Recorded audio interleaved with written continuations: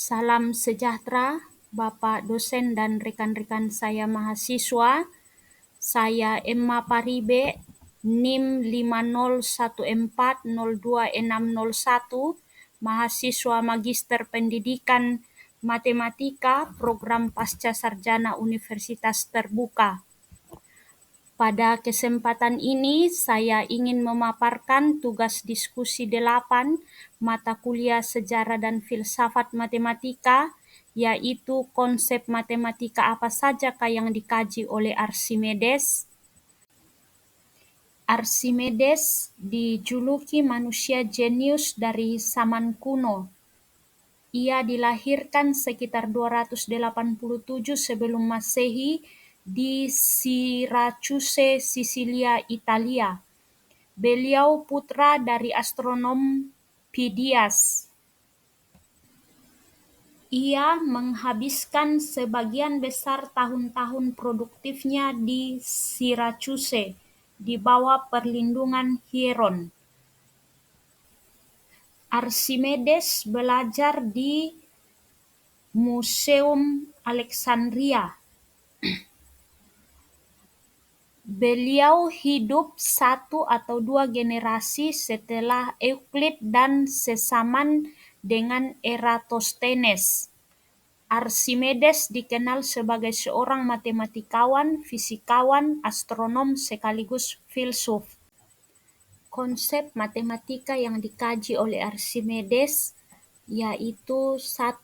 Prinsip Archimedes, 2. Geometri, 3. Kalkulus, 4. Bilangan pi, yang kelima sistem angka besar, yang keenam mekanika. Saya akan memaparkan satu persatu konsep matematika yang dikaji oleh Archimedes. Yang pertama, prinsip Archimedes. Apa itu prinsip Archimedes?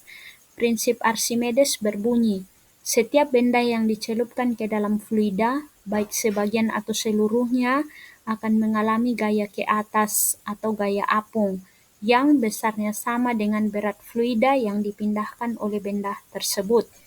Penjelasan sederhananya, jika kita memasukkan benda ke dalam air, benda itu akan mendorong atau memindahkan sebagian air. Nah, air yang dipindahkan itu akan memberikan gaya dorong ke atas pada benda. Itulah yang disebut gaya apung. Jika gaya apung lebih besar dari berat benda, maka benda akan mengapung. Tetapi jika lebih kecil, benda akan tenggelam. Contohnya yaitu 1. Kapal besar bisa mengapung di laut karena bentuknya memungkinkan untuk memindahkan cukup banyak air, sehingga gaya apungnya cukup besar. 2. Saat kamu berenang, tubuhmu terasa lebih ringan karena gaya apung dari air. 3. Batu tenggelam karena beratnya lebih besar dari gaya apung yang diberikan air.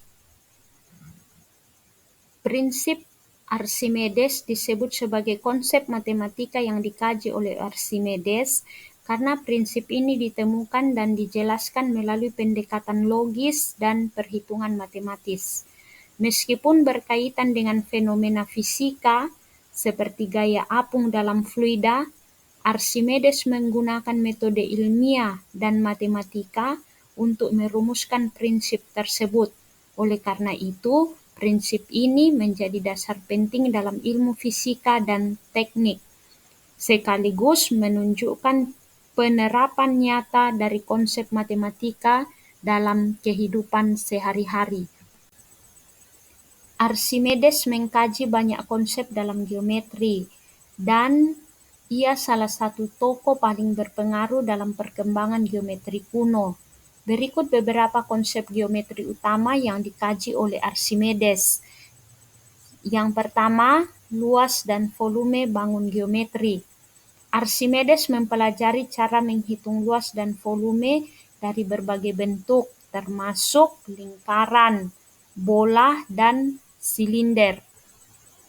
2. Metode Eudoxus dan pendekatan limit.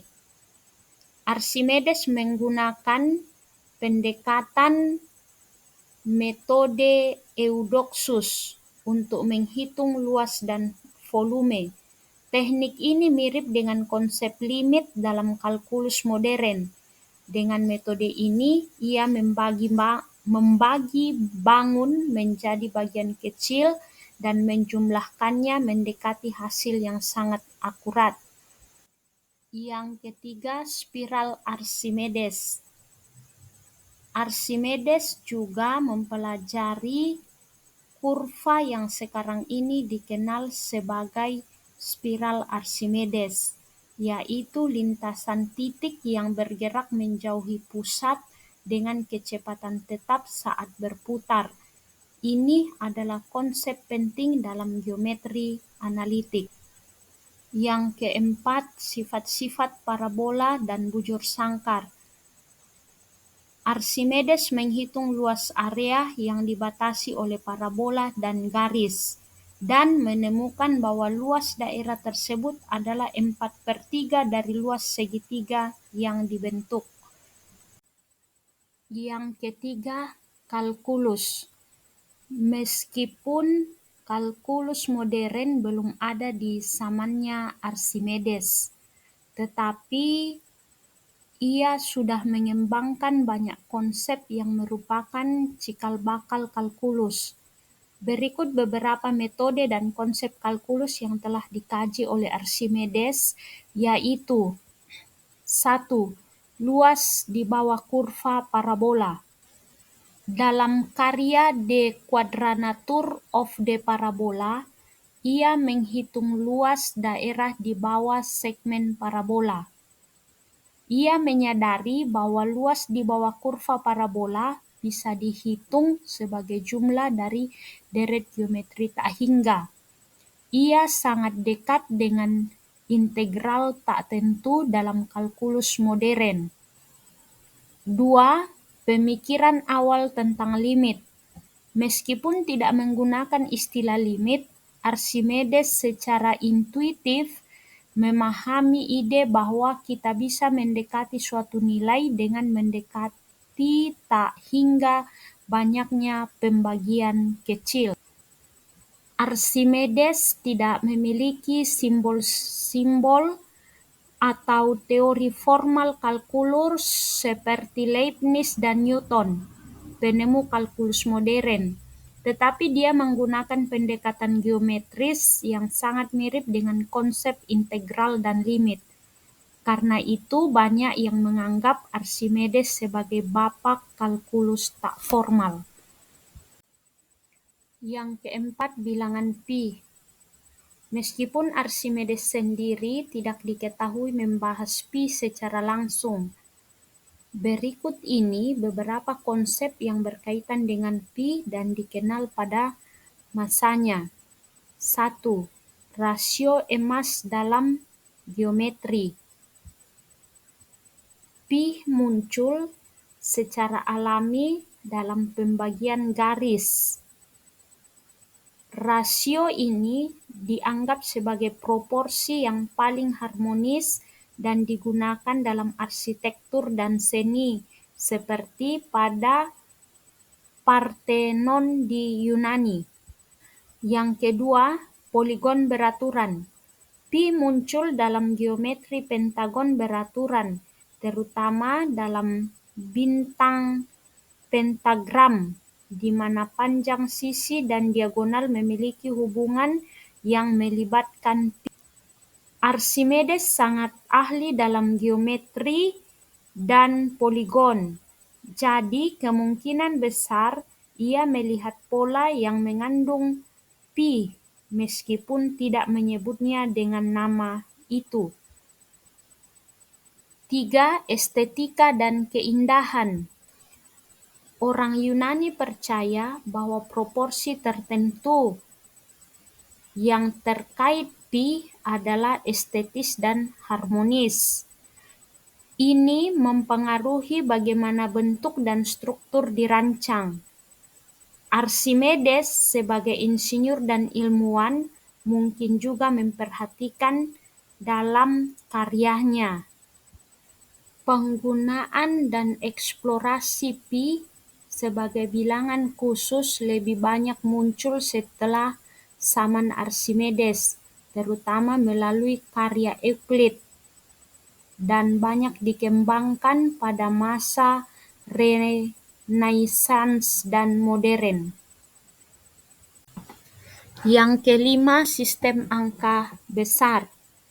Archimedes mengkaji sistem angka besar dalam karyanya yang terkenal, Penghitung Butiran Pasir. Dalam karya ini ia mencoba menjawab pertanyaan berapa banyak butiran pasir yang dapat memenuhi alam semesta. Untuk menjawab pertanyaan ini, Archimedes menciptakan sistem angka besar yang jauh melampaui sistem Yunani yang biasa digunakan saat itu. Di masa itu, angka terbesar yang digunakan orang Yunani umumnya hanya sampai 10.000 atau myriad. Archimedes merasa sistem itu tidak cukup untuk menghitung hal-hal dalam skala kosmik, seperti jumlah butiran pasir yang bisa mengisi seluruh alam semesta. Archimedes membagi angka besar dalam kelompok-kelompok berdasarkan pangkat 10.000 atau myriad. Ia membuat satuan baru, myriad, yaitu 10.000 dikali 10.000 sama dengan 100 juta atau sama dengan 10⁸. Ini jadi dasar unit baru yang disebut basis untuk sistem lanjutannya. Ia mendefinisikan orde pertama sebagai angka hingga pangkat 8 dari 10⁸ itu sama dengan 10�64. Orde kedua adalah angka hingga pangkat 64 dari 10⁸ sama dengan 10⁻512 dan seterusnya. Bukan hanya menunjukkan bahwa ia bisa menghitung butiran pasir, tetapi juga menantang batas berpikir orang-orang sesamanya dan menunjukkan bahwa pikiran manusia bisa membayangkan dan menghitung angka jauh lebih besar dari angka harian biasa. Matematika bisa digunakan untuk memahami alam semesta. Yang keenam, mekanika. Mekanika yang dikaji Archimedes adalah ilmu tentang gaya, keseimbangan, torsi, dan gerak benda. Dan ia menjelaskan semuanya dengan pendekatan matematis, bukan cuma pengamatan biasa. Dia adalah pelopor penggunaan geometri untuk menganalisis sistem mekanik. Jadi buat Archimedes, mekanika bukan sekedar praktik insinyur, tapi juga bagian dari matematika terakhir. Archimedes membuktikan bahwa sains dan matematika adalah dua sisi dari mata uang yang sama. Demikian pemaparan saya. Terima kasih.